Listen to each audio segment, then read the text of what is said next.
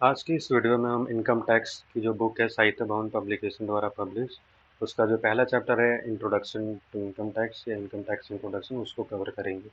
तो आइए हम जान लेते हैं कि आयकर अधिनियम 1961 है, अभी ये चल रहे हैं और ये जो है 1 अप्रैल 1962 से प्रभावी हुआ था और इसमें 298 खंड है और 14 अनुसूचियाँ और सरकार समय समय पर इस अधिनियम में संशोधन करती रहती है। तो जो पहला चैप्टर है हमारा इनकम टैक्स इंट्रोडक्शन, इसमें जो पहला पॉइंट है वो ये है कि आयकर क्या होता है, मतलब मीनिंग ऑफ इनकम टैक्स क्या है। तो जो आयकर है, आयकर आय पर लगने वाला एक वार्षिक कर है। यह प्रत्येक वर्ष में करदाता द्वारा वर्ष के दौरान कमाई गई जो कर योग्य आय है उस पर लगाया जाता है।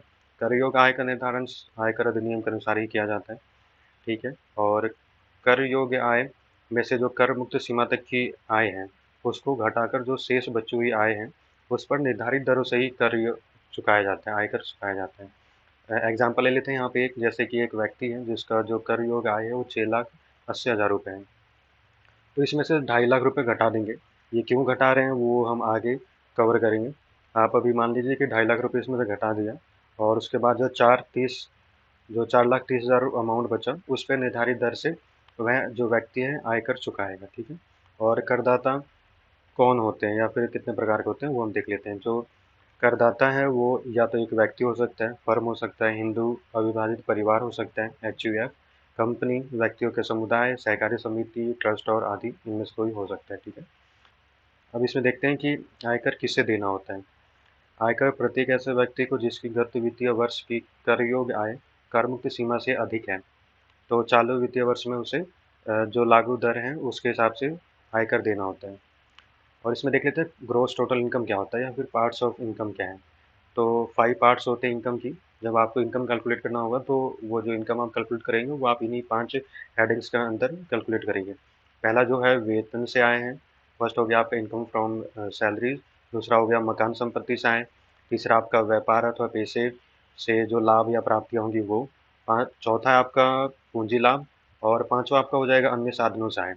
ये आपका क्लियर है, ये आपका ग्रॉस टोटल इनकम भी आप कह सकते हैं इसको, या फिर ग्रॉस टोटल इनकम जो होगा इनका प्लस आप इन पाँचों को कर देंगे तो आपका ग्रॉस टोटल इनकम आ जाएगा। और आप ये कह सकते हैं कि ये जो इनकम के 5 पार्ट्स होते हैं। अब इसमें हम देख लेते हैं कि जो कर निर्धारण वर्ष 2022-23 है के लिए जो दरें बताई गई हैं वो क्या है। और ये जो है मैं आपको बता रहा हूँ, ये एक व्यक्ति, हिंदू अविभाजित परिवार या फिर व्यक्तियों का जो समुदाय है उसके लिए आयकर की दरें हैं। जो सामान्य दरें होते हैं जिसमें अल्पकालीन पूंजी लाभ धारा 111A में वर्णित जो अल्पकालीन पूंजी लाभ है वो, दीर्घकालीन पूंजी लाभ, लॉटरी, घुड़दौड़, वर्ग पहेली आदि को छोड़कर ये जो दरें हैं वो बताई जा रही है। तो जो फर्स्ट पॉइंट है इसमें कि एक व्यक्ति जो कि सीनियर सिटीजन है, वरिष्ठ नागरिक जो भारत का निवासी है और जिसकी गत वर्ष या लास्ट ईयर में किसी भी समय उसकी जो एज है वो 60 वर्ष या उससे अधिक है, परंतु जो 80 से कम है। 60 से लेकर 80 के अंदर है अगर उसकी एज, तो उसको जो प्रथम 3 लाख रुपए होगा उसके इनकम का, उस पर उसको 0% का टैक्स देना है। जो अगला 2 लाख रुपए होगा उस पर उसको 5% का टैक्स देना है। ठीक है। उसके बाद अगर और भी अमाउंट है उसका तो अगला जो 5 लाख होगा उस पर उसको 20% का देना है। फिर जो शेष आय होगी, जो रेस्ट अमाउंट है उसका बचेगा, उस पर 3 लाख रुपए, सॉरी 30% का उसको टैक्स देना है। ऐसे जो इसमें दूसरा पॉइंट है कि एक व्यक्ति है जो अति वरिष्ठ नागरिक है और भारत का निवासी है जिसका जो आयु है वो गत वर्ष के दौरान किसी भी समय 80 वर्ष या उससे अधिक है। तो उसको प्रथम 5 लाख पे न्यूनतम जो कर योग सीमा है उस पे उसको 0% का जो है टैक्स देना होगा। 5 लाख पे 0%, उसके बाद जो अगला 5 लाख होगा उस पर 20% और जो शेष आय है उस पर 30%। ठीक है। उसके बाद जो इसमें हमारा थर्ड पॉइंट है कि अन्य व्यक्ति, इंडिविजुअल हो वो, और हिंदू अविभाजित परिवार HUF, व्यक्तियों का समूह BOI या फिर व्यक्तियों का संघ। इसमें जो है इनके लिए जो रेट्स है वो ऐसा है कि प्रथम जो अगर 2.5 लाख रुपए है उस पर 0% का इनको टैक्स देना है। उसके बाद जो अगला 2.5 लाख या फिर 2.5 लाख से कम जो अमाउंट होगा उस पर 5% का। उसके बाद जो अगला अमाउंट होगा 5 लाख तक का उस पर इनको 20% का टैक्स देना होता है। और जो शेष आय होगा उसके बाद भी कोई अगर आय बचती है तो उस पर 30% का इनको टैक्स देना होता है कैलकुलेट करके। और अभी जो है कर निर्धारण वर्ष 2022-23 में जो नया रूल आया उसके हिसाब से जो रेट्स है वो भी मैं आपको यहाँ बता रहा हूँ। तो ये जो हैं 22-23 के अंदर एक व्यक्ति हिंदू अभिजात परिवार एचयूएफ के लिए नई कर व्यवस्था जो कि धारा 115 बीएसई में दी गई है, वो ये है कि जो प्रथम 2.5 लाख रुपए होगा उस पर आपको 0% का टैक्स देना है। उसके बाद जो 2.5 लाख से 5 लाख के बीच में अगर अमाउंट है कोई, तो उस पर आपको 5 लाख का देना है, सॉरी 5% का टैक्स देना है। उसके बाद अगर आपका कोई और अमाउंट बचता है जो 5 लाख से 7.5 लाख के बीच में होगा, तो उस पर आपको 10% का टैक्स देना है। तो ये जो आप यहाँ पर देखेंगे तो ये 2.5 लाख इंक्रीज होता जाएगा और इधर 5% से इंक्रीज आपको देखने को मिलेगा।